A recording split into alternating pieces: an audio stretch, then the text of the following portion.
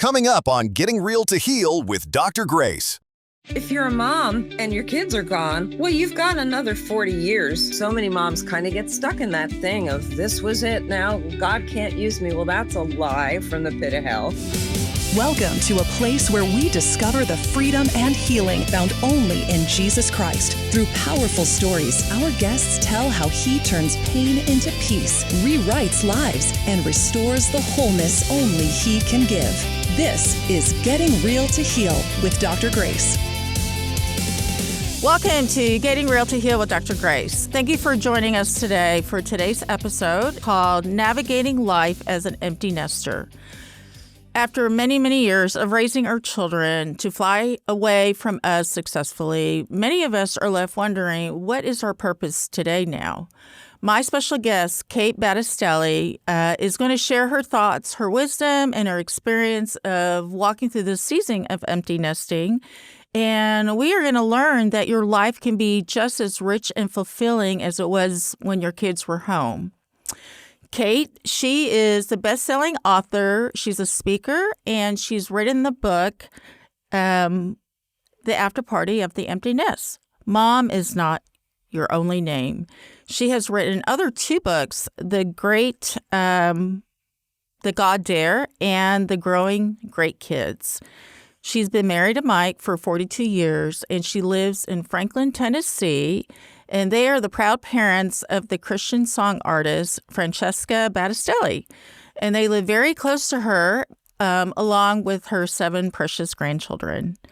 Interestingly, Kate was an actress in the early years of her career, but she laid that life down once she started having children and started homeschooling and to help run a home business.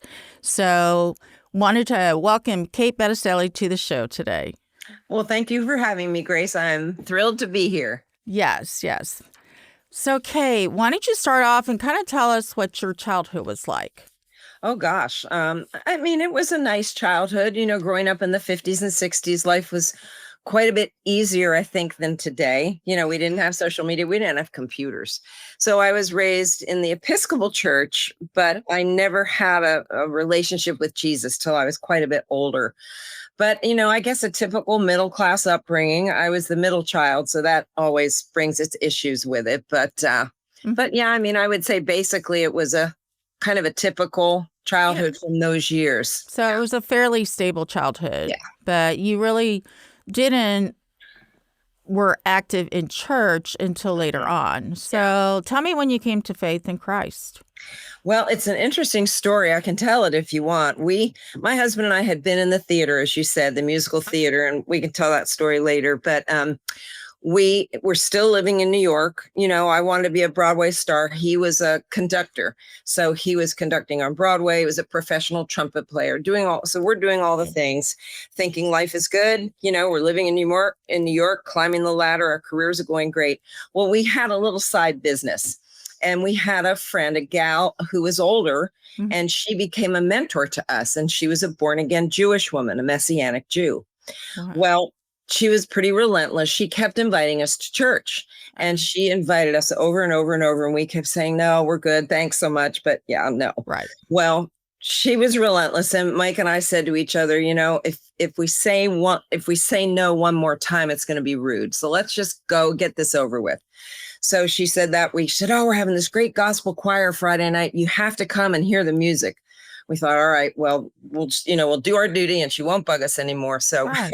We get on the subway, on the F train, going all the way to Jamaica, Queens. It's like a 40-minute subway ride. Mm-hmm. And, you know, we get off the subway, we come up onto the street, and the church was in an old theater, and it was about 2 blocks away. And we're walking to the church, and we're both sensing something is different. You kind of almost could feel the building pulsating. Mm-hmm. And we just thought, okay, what is she doing? Where are we going? Well, we walk in the doors of this church. And if you've never really experienced the Holy Spirit, you don't know what it is. You don't know you don't know what you're walking into. And we felt like we've been dropped on a foreign planet. So we go in, it's an all black holiness church. And I didn't even know what that was, but it's very strict. The women sit on one side, the men on the other. Women don't wear any jewelry, makeup. They wear dresses or skirts. So we just thought, okay, this is crazy. And the other thing, I saw crutches hanging on the walls of people that have been healed, empty wheelchairs. So we were just, kind of our mouths were hanging open going, okay, well, this is not what we were expecting. You're expecting to go to a typical church. Well, she sits us, it's a big theater. She sits us in the front row. June and Mike and I were the only three white faces in an all black church.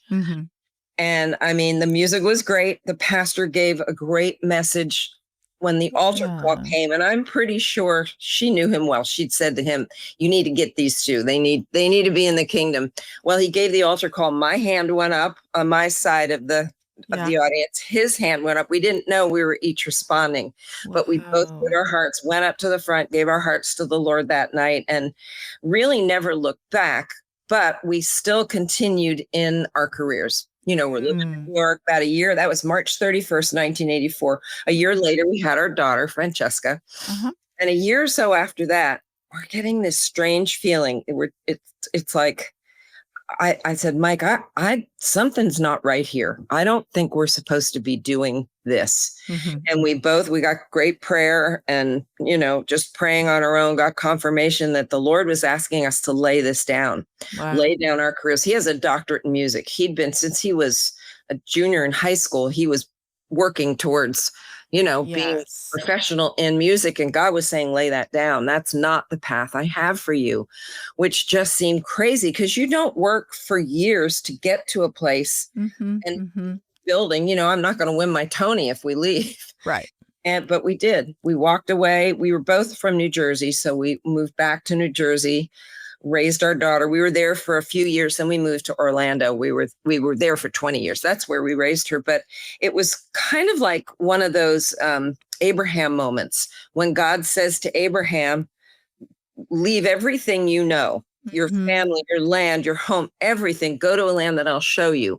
But I'm not going to tell you, you have to trust me and go step by step, day by day, which is what it was with us because we had no clue what was coming.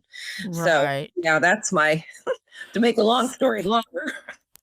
So, Kay, I think it's amazing that the Lord spoke to you individually, you and Mike both at the same time. Yeah. And he was moving you as a married couple in a different direction. Yeah. And like you said, you loved what you were doing. You loved, dancing and performing on Broadway and all that. And so when God starts to knock on the door of your heart and starts to tell you, oh, I have another plan, then I'm sure you weren't a baby believer. I'm sure you started growing in the Lord after y'all accepted, but not walking with him for that long of a time. Right. It was a huge step of faith.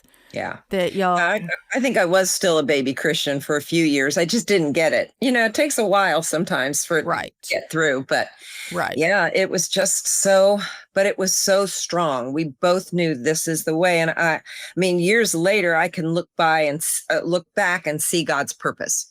Because what he's done with our daughter, where he's taken her, the doors he's opened for her, I just sense the Lord saying, I couldn't use you because you wanted to do it for yourself. He couldn't use me in that way, but she wants to do it for me. She wants to worship me and glorify my name. And I stand in awe of what the Lord, how he does all that. It's just, it's kind of mind boggling.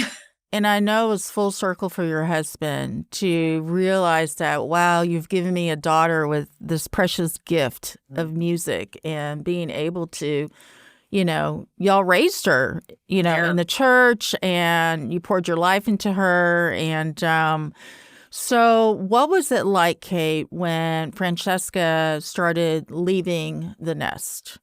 Yeah, it was tough.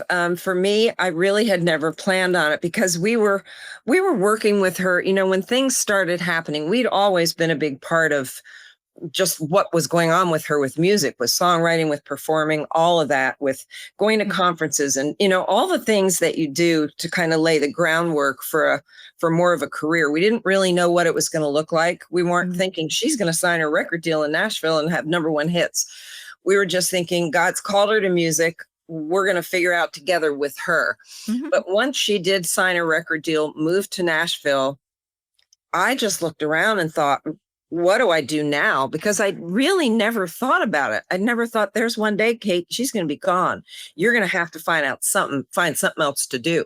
Right. So for me, and a lot of women are in that place, a lot of the not, but a lot are able to kind of see what's coming and go into that. That was not me.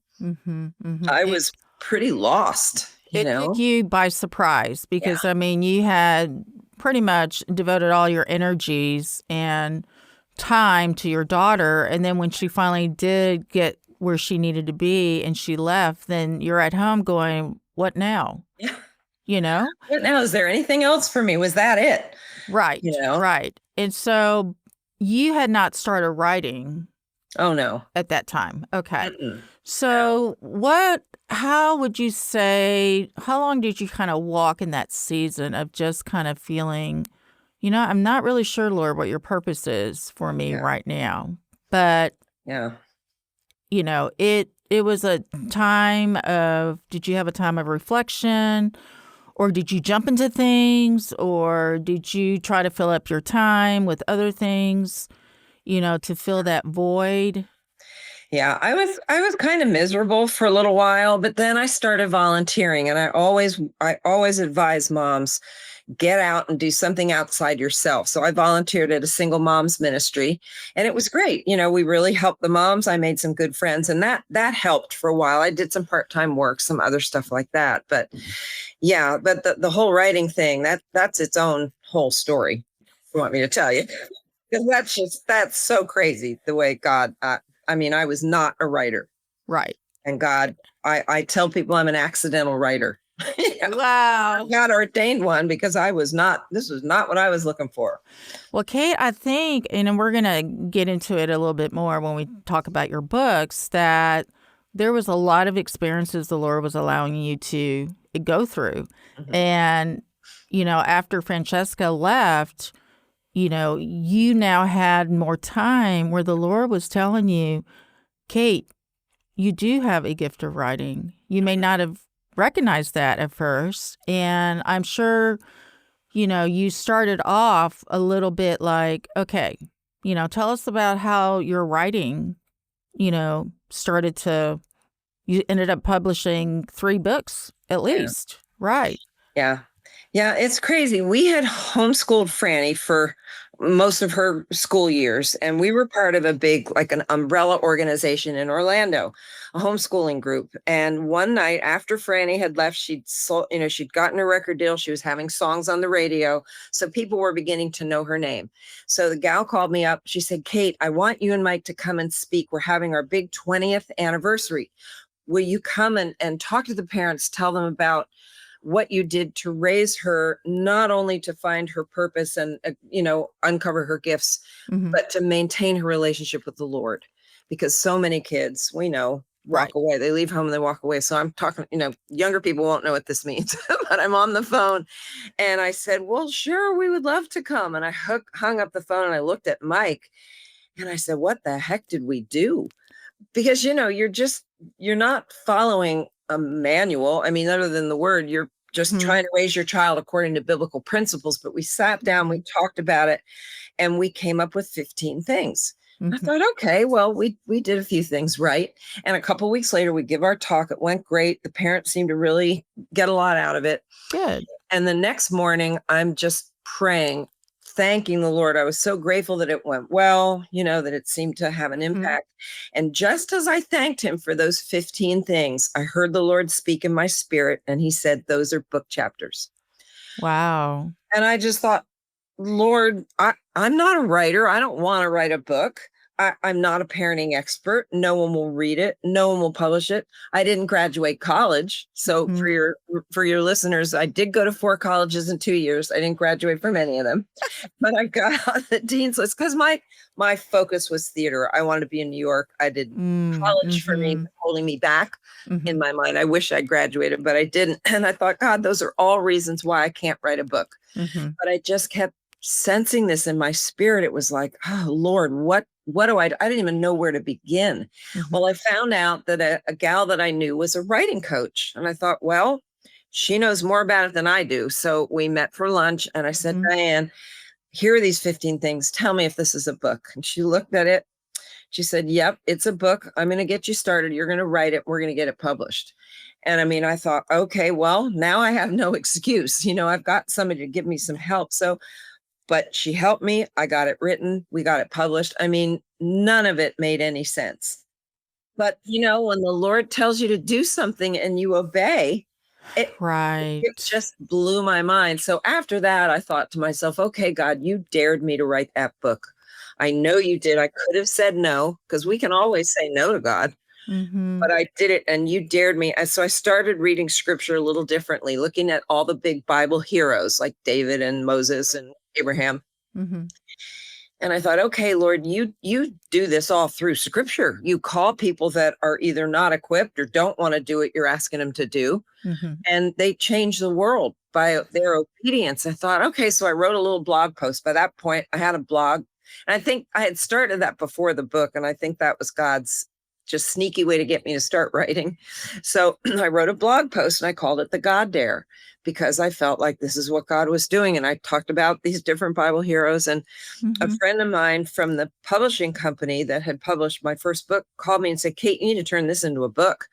And I just thought, oh gosh, I thought this was like a one-off thing. Exactly. But I knew she was right. And I got that out. That's called the God Dare. That's that one. It's that, what are those crazy things God drops in your spirit that you just think, that is way out of my comfort zone. I am not equipped to do that. But if God calls you to it, he will equip you to do it. Yes. And he did for me. I mean, he gave me the 15 chapters, so like, okay, just fill those in. But yeah, it's crazy the way God will dare us to do more, and that's part of my whole point of the after party, because I want women to know there's so much more than you could ever imagine. Right.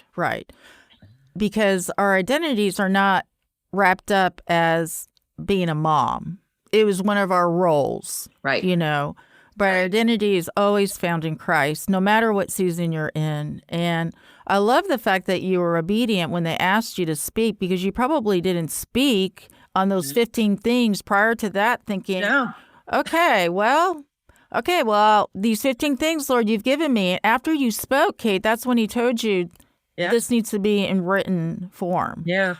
And so, I mean, I'm so happy.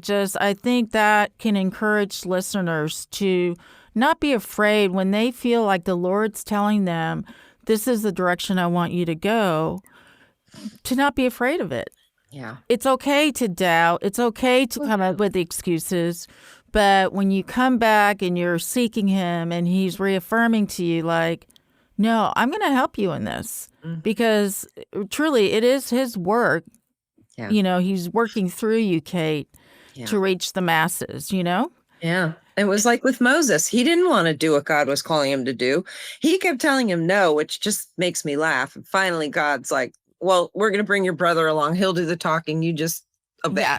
Yes. Stuff like that. None of us necessarily want to do it, especially if it's scary. And usually if it's a God dare, it's going to scare you, because you're not going to be able to do it without him. Oh, I know. And I look back in my life, Kate, and I have multiple, testimonies of when he's asked me to walk out on faith. And it's just something that I've never done before. But I think he loves to do that. He loves to show us that anything is possible with him, Absolutely. And plus, so, testing us, to see, do you really want to follow me?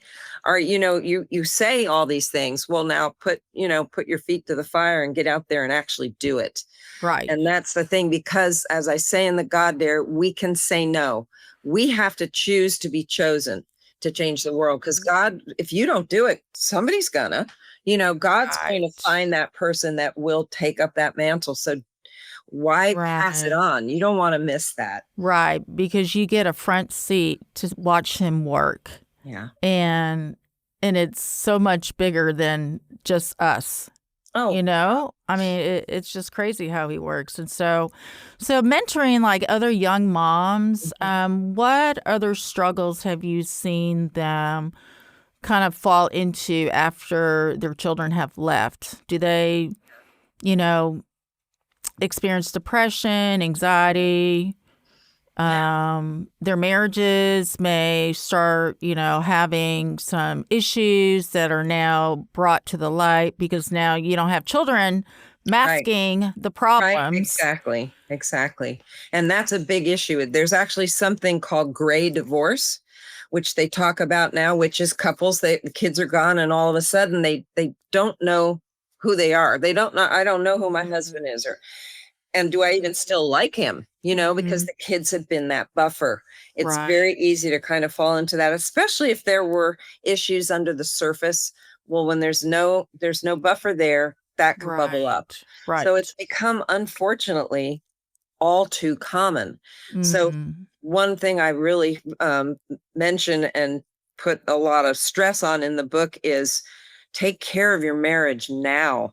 Now's the time. Be going on date nights, do stuff together so you don't lose whatever that was that made you fall in love with each other. You don't want to lose that. You want to maintain that. And I'm glad to see my daughter doing that with 7 kids, which we wanted a household. God gave us one, but we get it second generation. I mean, I just kind of astounds me. She has 7, but with all of that and with writing music and working on a new album, she and her husband still make time to get away. They just get that time, which is so important.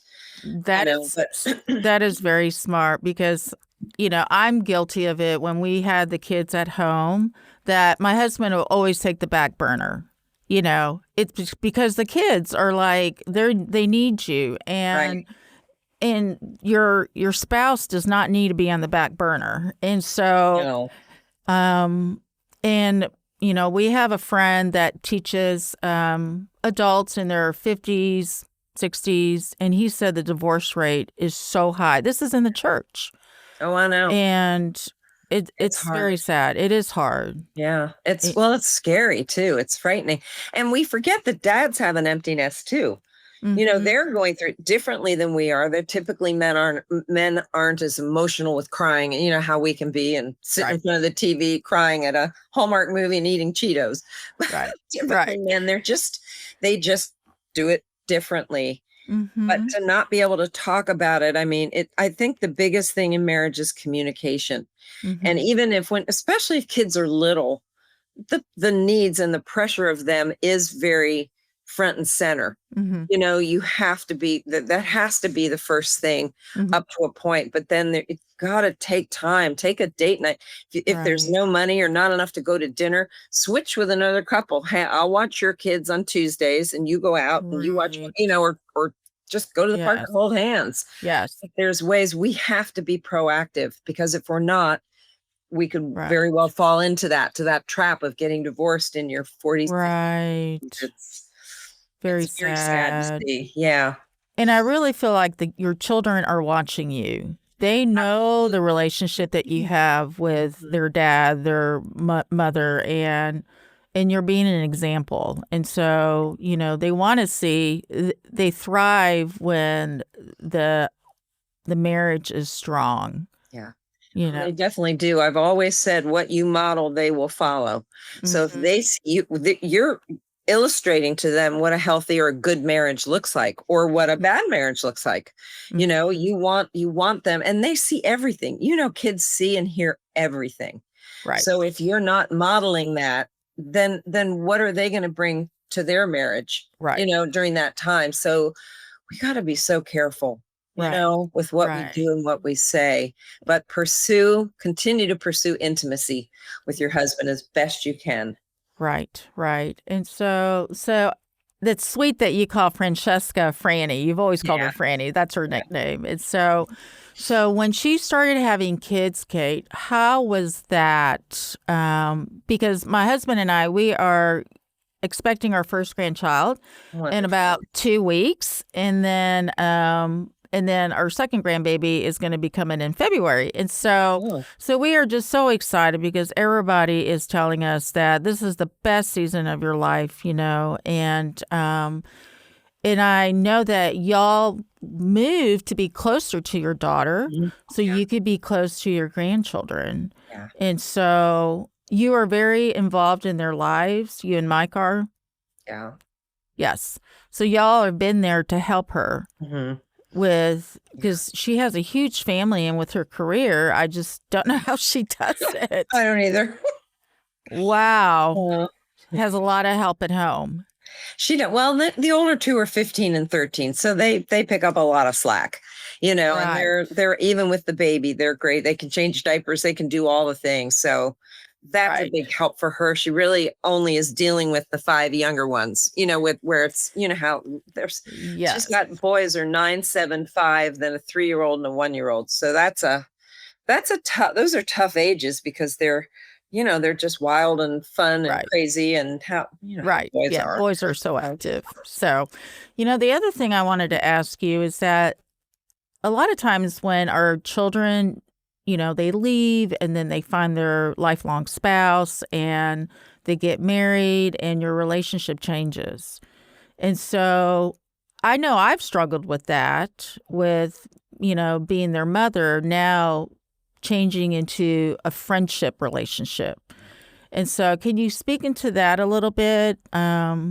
Because I know that my daughter and I, we've already like bumped heads on certain things. And the Lord always has a way to just get me to just sit back and look at the whole situation and understand that our relationship is different.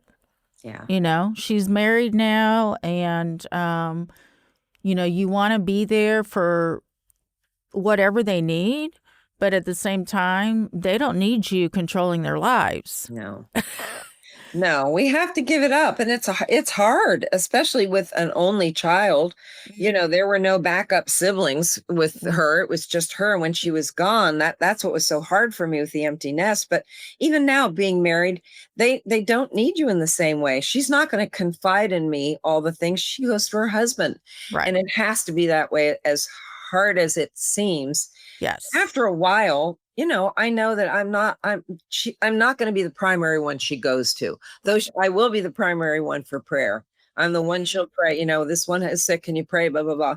So I'm glad I still have that place in her life, Yes. but it has to change. You want it to change. You want your child, the husband and wife, to cleave to one another, not to Yes. cleave to your mom. Yeah. And I've learned the lesson that I will not offer advice unless it's asked for. Mm. Because otherwise it's meddling.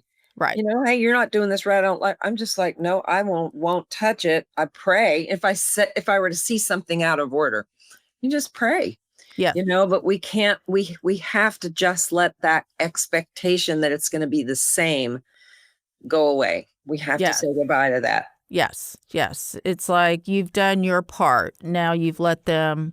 They're establishing their own family, their own boundaries, and it is a hard transition. And a lot of moms, including myself, we realize that it's better to keep your mouth, zip your lips. Yeah. When in doubt, just don't talk. Right. And give advice only when they ask for it, Right. which is good. Pray. I mean, I Oh, pray for them, yes. for the kids, because this is a crazy world. She's bringing up all these children in a world so different than what I brought her up in. Even though, I mean, Right. when I started homeschooling her before there were computers, Mhm. way before it was the cool thing to do. We were homeschooling in the 80s. And Right. it was very different than today. And she is homeschooling, and I'm very grateful that she has the opportunity to do that, because the world, it's gotten scary. Right. If you've got children, it's a stressful Mhm. place today. It's not as I'd have to say it's just not as easy because there's way more you're trying to keep away from them that we Correct. didn't have to deal with. I mean, we didn't have pornography at the touch of a button, Right. to see any of those things. I don't know where you would go to do it, but there's just, and the child predators and there's just so much. There So that is. for a mom just gives me lots to pray about all Right. the time, Right. In social media, I'm just telling you, it's just Mm. harmful, I believe, to our children. And, I don't know, it's shaping a whole generation into the wrong direction. So yes, you definitely have to be on guard, and so have you found any new challenges as a grandparent versus when you were raising Franny that, I think just having boy grandkids. okay, Grandson, they're so different. I mean, Mike and I both just go, how do you do it? They're rough and tumble. They play all the time. One will punch one and the others. They're yes, It's so different from raising girls. Raising a girl, especially one girl, that was a piece of cake because she never had a rebellious season there. She was just a good kid. yeah, And it was yeah. fun. We did everything together and it was great. I see her doing that a lot with her daughter, but these little boys, just like what on earth? So it's not a challenge for us unless we're down there babysitting for a couple of days. Then we just get home and kind of collapse because Oh, burn out. But it's fun. They're a joy. But one thing I do mention in the book that just because a mom is in her empty nest doesn't mean she's going to be a grandma. It's a wonderful thing. If God gives that to you, that's great. But there's a lot of kids. The average age for getting married is way above what it used to be. mm-hmm. And they're kids that don't want children or can't Exactly. have them or whatever. So we can't automatically think, well, I'll move into that mode. And even if you do, that might not be the only thing God wants you to be doing. Exactly. Unless you're moving in, maybe there's a child with a special need, something like that. There will be some women called to that. But for Right. most of us, that will be a part of it. Just like motherhood was part of your life. It's not the only thing. Grandkids aren't the only thing. Mm-hmm. There are other things that God has for you. Right. And he wants to maximize our time while we're still here, for his kingdom. Absolutely. And tell us a little bit about the Mom to Mom podcast. I know right now y'all are not active, but you did produce like over 100 shows. We did. Yeah, it was a great podcast. Yeah, for now, we've suspended it. I'm hopeful we'll come back one day, but I don't know. But what was unique about it, it was 3 generations of moms. Mm-hmm. So we had, one in her 40s who still had kids at home, 50s, and then me, the old one. But we had that gamut of years of raising children. Mm-hmm. We had all been homeschoolers, though it wasn't a homeschooling podcast, but it was something like 45 years of homeschooling experience, 16 kids between us. So we were able to provide a lot of wisdom, a lot of good perspectives to moms because all of us had some type of experience in whatever topic that was. So it's still being downloaded. I got a report from Spotify the other day. People are still downloading it, commenting. So I know that those evergreen episodes will continue. I pray to have an impact, Right. the ones that need whatever message of that episode is.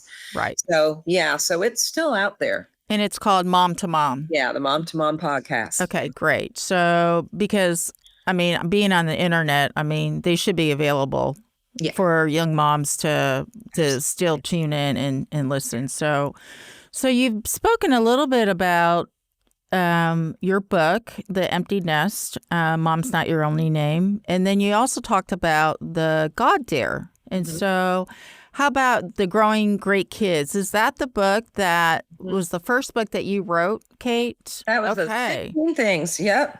Wow. Okay. Yeah. So that is wonderful. And do you well, I'm not gonna put you on the spot, but I know at some point that the Lord's going to have you write another book on whatever topic.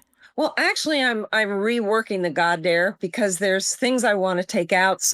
There's some fascinating women in the Bible that nobody really talks about that just it's either such a short mention or they never know their name, that I want to put some of those in. So I'm working on that. But I also have a book on intimacy with the Lord that I want to someday get out. So, Oh, over okay. the next couple of years, I'm hopeful to have a couple books out. No, that is wonderful. I think a lot of people don't know how to have intimacy with God. So, Hard. I mean, it takes a lifetime, right. But the other, I wanted to mention too, that the After Party of the Empty Nest also has a devotional companion that goes with it called Okay, the great. After Party Devotional Companion. Yeah, it's a journal and all that. So Okay, good. yeah, so that's a fourth one. Right. So you could probably use it like a Bible study, possibly Bible study group, Bible or study, more of a uh, devotional to, I mean, there's scriptures with each one. individual. So, and Right. they to write your prayers and to journal and stuff like that. So yeah, takes you a little bit deeper. Right. Even. Yeah. Okay. No, that is good because you just published that book earlier this year, correct? Yeah. The After Party came out in March and the Uh, journal came out in June. right. Yeah. Okay.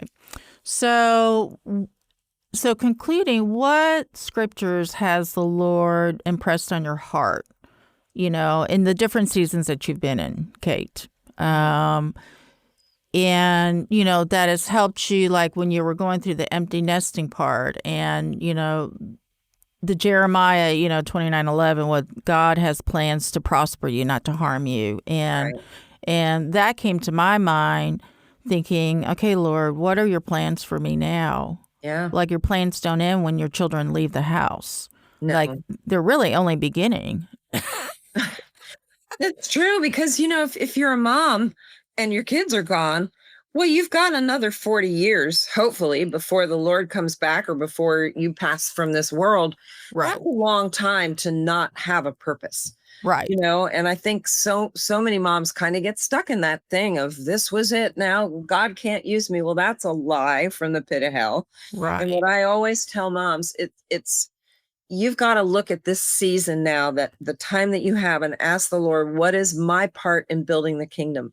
Because Mhm. I believe we're getting towards the end. We're getting Yes. very close.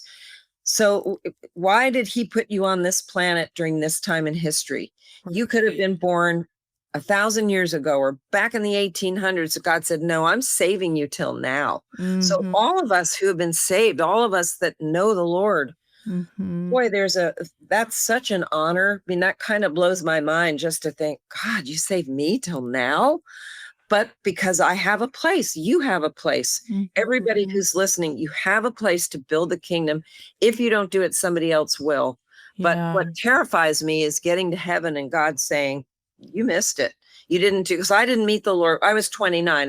Didn't mention that when I said I met the Lord. So I missed all those years. Whatever he had called me to in those years, Mm. I missed it.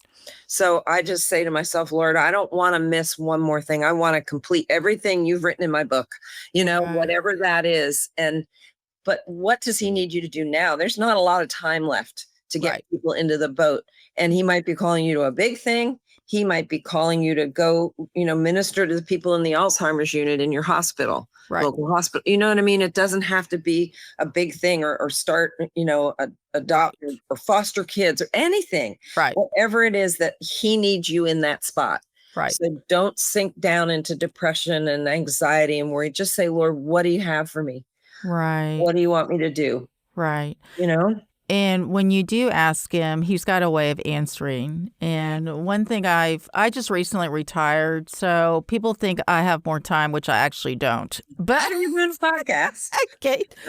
And I have been realizing that there are people that he's put in my life that need a friend, who are lonely. Mhm. And, that itself is something that, okay, even though, that may not be such a big deal, but it is a big deal for that person that I'm with, and I'm getting just as much reward being back with them. And so I think it's very important that, you have to ask yourself, what are the activities, what are the ministries, what are the relationships, Lord, that you want me to have in this season? And they will change, but it is refreshing when you do step out in faith and you do what he asks you to do. And then for a fact that, wow, thank you, Jesus, for inviting me into this work.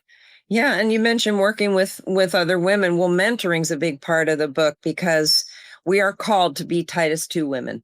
Mhm. God, that wasn't a suggestion. That was Paul said, older women teach the younger. So that's on us to be doing that, to be working with these Right. moms, to be spending time, especially if you're an empty nest mom and you're thinking, oh, what on earth do I do? Find a younger mom that you can pour into or help out. Right. Because the thing, like you were saying, you chat with them and you don't know what's going to happen with that. But that talking with them, encouraging them, praying for them could completely change their lives. Mhm. We think about those little ripples in a pond. They can eventually become a tidal wave. I look at Billy Graham's mother. I always think of her. She wasn't raising Billy Graham. She was raising her son, Billy, but what she put into him and Mhm. whatever it was that she put in that child, he changed the Right. world Right. because I believe a big part of it was his mom. Right. So all that fruit is in her account. And that sometimes just that one encouraging word Mhm. that can change the trajectory of somebody's life. Right. So it's never too small. It's Right. really not. Right. Well, I just think of you and Mike being obedient and going to that church. Yeah. And, Crazy. if y'all had chosen not to, these grandchildren that you have, their lives would be so different. Yeah. Y- Well, they probably wouldn't be on the earth Yeah. because if we hadn't gone, we didn't have her till a year after. Who knows? Right. But God, it's just amazing when you look back, when you've had a lot of life and see how he directed your steps. Right. If for anybody listening, if you haven't done that, just look back and see where even when I didn't know him with my whole thing in theater and all of that, just everything about it, I can see the Lord's hand in it, Right. even when we don't know him. It's crazy. Exactly. Yeah. I didn't become a believer until I was 23, and I see his handprint on my life, Yeah. unbeknownst to me, Mm-hmm. all those years. And so he is there, and he's always pursuing us. But anyhow, thank you so much, Kate. I really appreciate you speaking into this hard transition of empty nesting, but I think it's going to definitely encourage the moms and the dads who will be listening to this podcast and realizing that there is so much more purpose Amen. that God has for you. And the kids, they're his. He's given us the opportunity to raise them while we have them, but we do have to let them go and trust him with our children, Yeah. which we do. And so, but I really appreciate you sharing with us today. And how can the listeners get a hold of you? Well, my website, katebattistelli.com. That's easy. And then all the social media, I'm just at Kate Battistelli. So it's easy to find me. The book's on Amazon. Okay. Wherever you find books, you'll be able to find it. So Yes, yeah. that is wonderful. Well, thank you so much for being on the show today. I appreciate Thank you, Dr. Grace. This is great. Oh, yes. Well, that wraps up today's Getting Real to Heal with Dr. Grace, and we will see you the next time. Bye now. This podcast is made possible in part by Express Employment Professionals, the leading staffing agency in East Texas, helping thousands of businesses find the right employees. If you're looking for a job, visit expresspros.com to learn more. If you enjoyed this podcast, visit deepintheheartministries.com/podcast, where you can find all previous episodes, subscribe to our channel, or leave a suggestion for future topics. You can also email Grace at drgraceenglish.com. Thanks for listening, and we'll see you next time.